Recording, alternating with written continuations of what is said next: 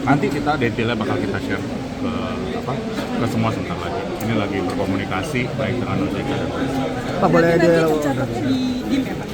di DIM. Dari BPI memberi arahan untuk DIM untuk melaksanakan investasi untuk demutualisasi tersebut. Pak, dalam proses transformasi di DIM itu salah satu poinnya ada IPO beberapa BUMN yang akan didorong ya Pak. Kemarin disebut sama Pak Doni ada 4, ada Ya. satu lagi Injur. Engineer Parts. Nah itu udah gimana Pak? Ya itu prosesnya ada di dalam DAM, insya Allah kita bisa fokus 6-12 bulan ke depan. Itu ada proses juga nanti dalam bursa. Ya niatnya juga untuk menambah likuiditas juga ke pasar modal Indonesia. Tapi ada nggak sih Pak tahun ini dari Pak Calon? Itu nanti tunggu aja dari DAM. Nanti dari sisi Pak Doni bisa komunikasi langsung. Pak soal investasi baru dan antara kemarin di JBS Group Ya. itu nanti bagaimana ya Pak? Apakah nanti akan melibatkan BUMN yang existing Idenya juga? sih simple, kita masuk ke satu perusahaan mungkin yang paling besar di dunia untuk protein. Kita mendapatkan IP, kita mendapatkan know-how, barang-barang yang jadi ada IP sharing, know-how sharing, knowledge sharing, dan nantinya akan ada matching funding dari mereka yang nantinya akan masuk diprioritaskan ke Indonesia. Bentuknya bisa greenfield, bentuknya bisa brownfield, ya tentunya itu akan penambahan kapasitas buat sektor protein di Indonesia. Ini proteinnya protein apa ya Pak kalau sumbernya? Mungkin apakah daging sapi, ayam atau kurang lebih begitu. Jadi Dan juga peternakan perikanan existing juga atau nanti ada. yang bakal dikembangkan atau? Nanti kita lihat tanggal main. PT Jasa Marga Bali Tol memperoleh fasilitas pembiayaan Sustainability Linked Financing senilai 1,56 triliun rupiah dari PT Bank Syariah Indonesia Tbk. Anak usaha PT Jasa Marga Persero Tbk ini akan memanfaatkan dana tersebut untuk membiayai investasi aset jalan tol serta melunasi pinjaman pemegang saham.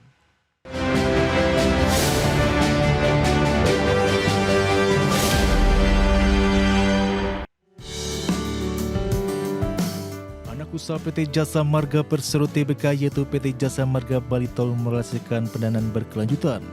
Berdasarkan keterbukaan informasi, pengelola konsesi Jalan Tol Nusa Dua Ngurah Rai Benoa ini mengantongi fasilitas Sustainability Link Financing senilai 1,56 triliun rupiah dari PT Bank Syariah Indonesia Tbk. Dalam kesempatan tersebut, Bank BSI bertindak sebagai kreditur pembiayaan syariah, sementara JBT menjadi penerima fasilitas. Dana pinjaman akan digunakan untuk membiayai investasi aset jalan tol sekaligus melunasi sebagian pokok dan bunga pinjaman pemegang saham. Skema pembiayaan Sustainability Link Financing ini mengaitkan pendanaan dengan target keberlanjutan yang disepakati kedua belah pihak. Langkah ini mempertegas komitmen Jasa Marga Group dalam menerapkan prinsip perusahaan lingkungan dan tata kelola yang baik. Selain refinancing aset, struktur pembiayaan ini memberikan fleksibilitas arus kas yang lebih sehat bagi pengelola tol atas pemenuhan kewajiban keuangan. Aksi korporasi ini juga memperkuat penetrasi pembiayaan syariah di sektor infrastruktur nasional. Sebelumnya, emiten berkode JSMR ini juga aktif memperkuat struktur pemodalan lini bisnis jalan tol di berbagai daerah. Jasa Marga telah menyalurkan suntikan dana dalam bentuk pinjaman pemegang saham sebesar Rp759 miliar kepada 4 anak usahanya. Rincian suntikan dana meliputi PT Jasa Marga Jogja Bawen sebesar Rp89,6 miliar, PT Jasa Marga Manado Belitung Rp330 miliar, PT Jasa Marga Jogja Solo Rp67 miliar, serta PT Jasa Marga Purbolinggo Banyuwangi sebesar Rp272,4 miliar. Berbagai sumber untuk ID Action. Pemirsa, pemerintah memastikan terus mendorong perekonomian lewat stimulus di semester kedua demi melanjutkan pertumbuhan ekonomi pada kuartal kedua yang tumbuh 5,29%. Menko Perekonomian yakin berbagai strategi yang disiapkan untuk semester kedua dapat mendorong momentum pertumbuhan di kuartal selanjutnya. Menteri Koordinator Bidang Perekonomian Erlangga Hartarto mengatakan capaian pertumbuhan ekonomi 5,29% tersebut menunjukkan fondasi ekonomi domestik masih kuat meski menghadapi tekanan global. Untuk menjaga daya beli masyarakat, pemerintah menyiapkan paket stimulus ekonomi senilai Rp26,34 triliun dengan mempertahankan harga BBM hingga akhir tahun, memperluas penyaluran kredit program. Erlangga juga menilai pertumbuhan ekonomi semakin berkualitas karena dibarengi perbaikan indikator kesejahteraan.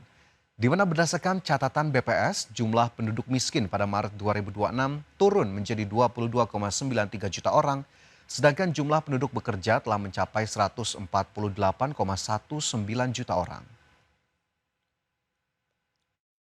Terus bekerja konsentrasi untuk di semester kedua. Strateginya apa Pak untuk di kuartal selanjutnya genjot? Kuartal selanjutnya tentu investasi tetap kita dorong, kemudian industri yang terkait dengan pariwisata terus kita genjot, dan ini kan salah satu yang menarik, Nusa Tenggara dan Bali itu tumbuh di atas pertumbuhan nasional, sehingga sektor ini yang terkait dengan pariwisata terbukti bisa menggeliat, dan kita bisa dorong ini untuk low hanging fruit. Kementerian Perindustrian memastikan pemerintah memfokuskan insentif kendaraan listrik diberikan kepada tingkat komponen dalam negeri atau TKDN tinggi untuk mendukung program mobil dan motor nasional. Saat ini skema insentif tengah disiapkan Kementerian Keuangan dan Kementerian Perindustrian. Menteri Perindustrian Agus Gumiwang Kartasasmita menyatakan penerima insentif kendaraan listrik atau EV diarahkan untuk produk yang memberikan nilai tambah tinggi serta merupakan program mobil dan motor nasional.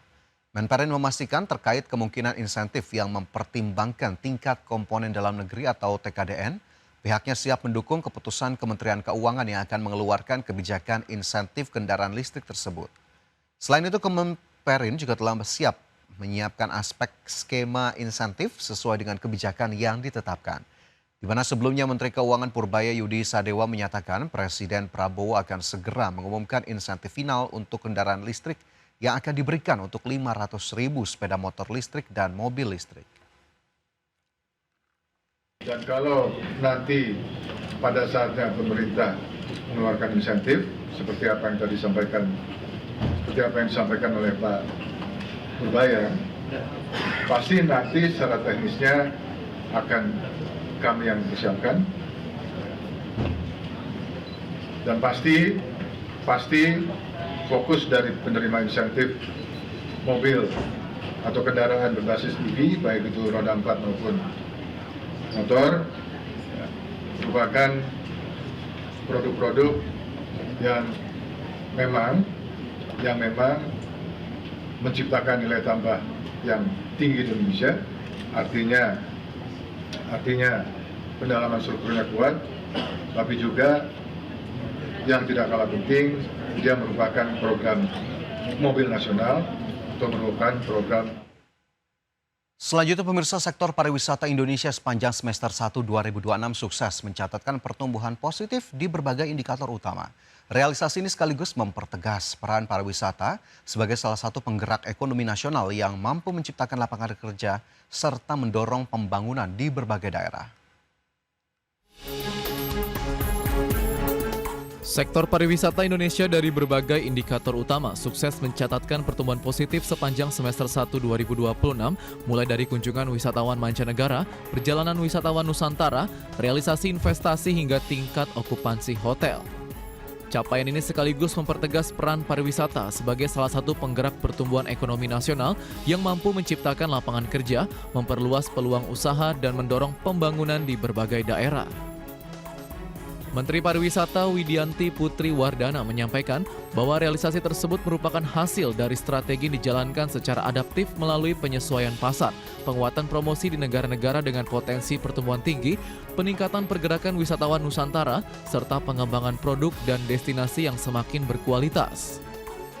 Di tengah dinamika geopolitik global, tekanan terhadap harga energi dan tiket penerbangan, serta berbagai tantangan regional, pariwisata Indonesia tetap menunjukkan resiliensi dan pertumbuhan yang positif. Capaian ini tidak terjadi dengan sendirinya. Pemerintah terus menjalankan strategi yang adaptif, termasuk melakukan pivot atau penyesuaian pasar, memperkuat promosi ke negara-negara yang masih memiliki potensi pertumbuhan, menjaga pergerakan wisatawan di dalam negeri, serta mengembangkan produk dan destinasi yang semakin berkualitas. Hasilnya, sepanjang semester 1 tahun 2026, pariwisata tetap menjadi salah satu kekuatan yang menopang pertumbuhan ekonomi nasional. Berdasarkan data BPS, jumlah kunjungan wisatawan mancanegara sepanjang Januari hingga Juni 2026 mencapai 7,45 juta kunjungan atau tumbuh 5,71% dibandingkan periode yang sama tahun lalu. Raihan ini menempatkan Indonesia sebagai negara dengan pertumbuhan kunjungan wisman tertinggi kedua di kawasan Asia Tenggara, sekaligus menunjukkan strategi diversifikasi pasar yang dijalankan Kemenpar bersama pemangku kepentingan berjalan dengan efektif. Dari Jakarta, Tim Liputan IDX Channel.